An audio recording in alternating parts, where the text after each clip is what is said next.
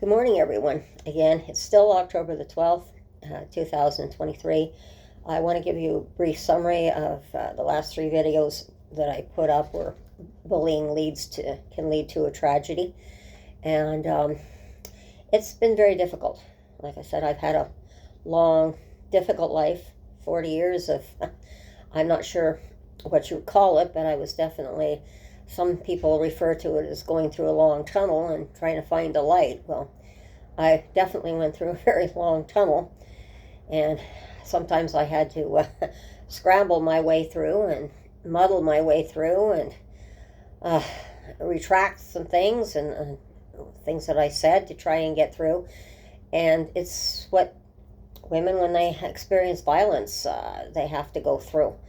I understand where women are coming through, but in the in one case, but I think the worst thing was I had with two husbands and different occupations and that I saw both of them falling apart in front of my eyes and feeling powerless. And every time I tried to get some kind of help, everything backfired, and it looked like I was turning out to be the crazy one, and that wasn't so. What was going crazy was I didn't realize that all this was building up to chronic post-traumatic stress disorder, which I was finally diagnosed with. And then the bullying, I realized with my husband was, at that time, was one of the things I realized between two things, that with the chronic pain that he had due to his injury and his addiction to the prescription pills, along with all the bullying, was causing him to have PTSD. No wonder there was problems in the marriage. It wasn't just an ordinary situation, like let's say, a financial situation to try and straighten out. This was far more than that. And it was hell to go through, and that's the only way to put it. But I managed to get through 40 years of it. Well, there's still bits and pieces, as when I went through my divorce with my second husband, even the divorce papers tried to show in chronological order roughly what I went through, and even the lawyers said there was no way that I could express what happened especially in my second marriage, when my first marriage was only about 2 years for the marriage, and I think I knew him about 2 years before that. So it was about maybe a little over 4 years that I knew my first husband. So that was trauma on top of trauma, and it was very, very difficult. So I don't blame my second husband for his reactions, because I learned that his reactions were the same thing as my reactions were to put PTSD, and that's why people thought we were going crazy. But the bullying is driving people crazy, is the only way to put it.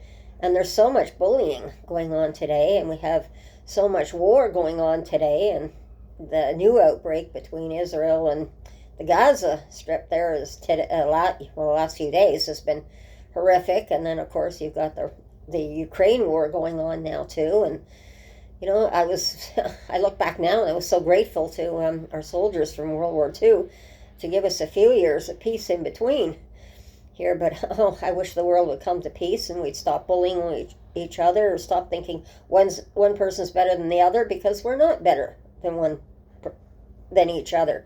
We need to help each other. This is a very classic example of where we didn't. And I'm not blaming my husband, it's OC Transpo. They were the cause of what happened. And like I said, they were the last straw. They were the cake on the icing on the cake for the marriage. It just was not going to last. And I can't even blame my daughter. I love her to pieces. And, it was a situation, something that happened between her and her boyfriend that I was supposed to deal with, and my husband got into it. And then she just blew up, and I can't blame her because of all what she'd been through with him as well, and went to the police. And then, of course, she spilled the beans and on me and what was going on, and my being assaulted, and everything that happened. So I can't blame her for being upset. But I got caught in the catch-22, and when I went in there to talk to the detective, it was very plainly said to me, either I tell the truth or they're going to charge me. So I told them the truth the best that I could. And it was really very difficult at times, especially when I was showing you the picture of the white buffalo with how we buried our dead high up on the pillars there years ago. And when I was looking at that picture and I was just starting to see stars, I thought that was the last thing I was going to see, and I was going to be joining the ancestors very shortly. So, and then of course my daughter managed to come into the rescue at the time. So she and the kids went through a lot. But a lot of this was, it was bad enough with what happened with my ex-husband and the things that happened that kind of crisscrossed both marriages, from the first marriage into the second marriage, and then some of the mistakes that we both made. And I understand now where I made some mistakes, but I didn't realize I probably should have got a lot of counseling after what happened with my first husband. The police officer would have helped me, but back then they didn't have the counseling that they have today. So I don't blame anybody. I'm not mad at anybody. It's something that happened. I lived through. I'm glad I managed to live through it. Today I found my happy place. I've not interested in another relationship, that's for sure. And I'm quite happy with having Heidi as my companion and my partner here, and my 2 little kitties, and living alone. This is the way I prefer it. And there's no drama, other than when I have to hear from Julie when she comes in, and I look at Julie and I'm seeing all this bullying, and it's getting worse and worse on the streets right now. And I'm thinking, oh no, something else is going to happen, and it's not going to be funny. Because with everybody with knives and everything, it's not going to be a good situation when this happens again. And after being through this, and well, this is one of the things that when the Indigenous people call the elders and the seniors and that, we're the wisdom keepers. And because we've gathered all this wisdom up, all our experiences over all the years living on planet Earth here, and that's why the young people used to listen to us. And today the young people are not listening. They're just reacting and going at it. They're not stopping and thinking. And that's one of the things that we really need to impress on our young people today, is they really need to stop and think, as was done in my generation, before you actually go and do something. Don't do it on impulse.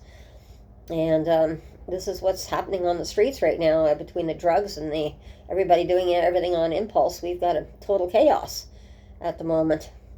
So there's a lot that I have to say about the bullying, but I just know that somehow we've got to get this under control in some way.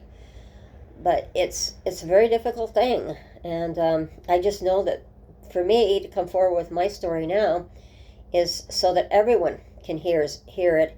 Everyone can understand that this is why I feel that putting my voice out there might be able to stop. If I can even stop one person from getting hurt or killed, or a woman being able to get herself out of some kind of either domestic abuse or a kidnapping or anything, I'm willing to put my voice out there.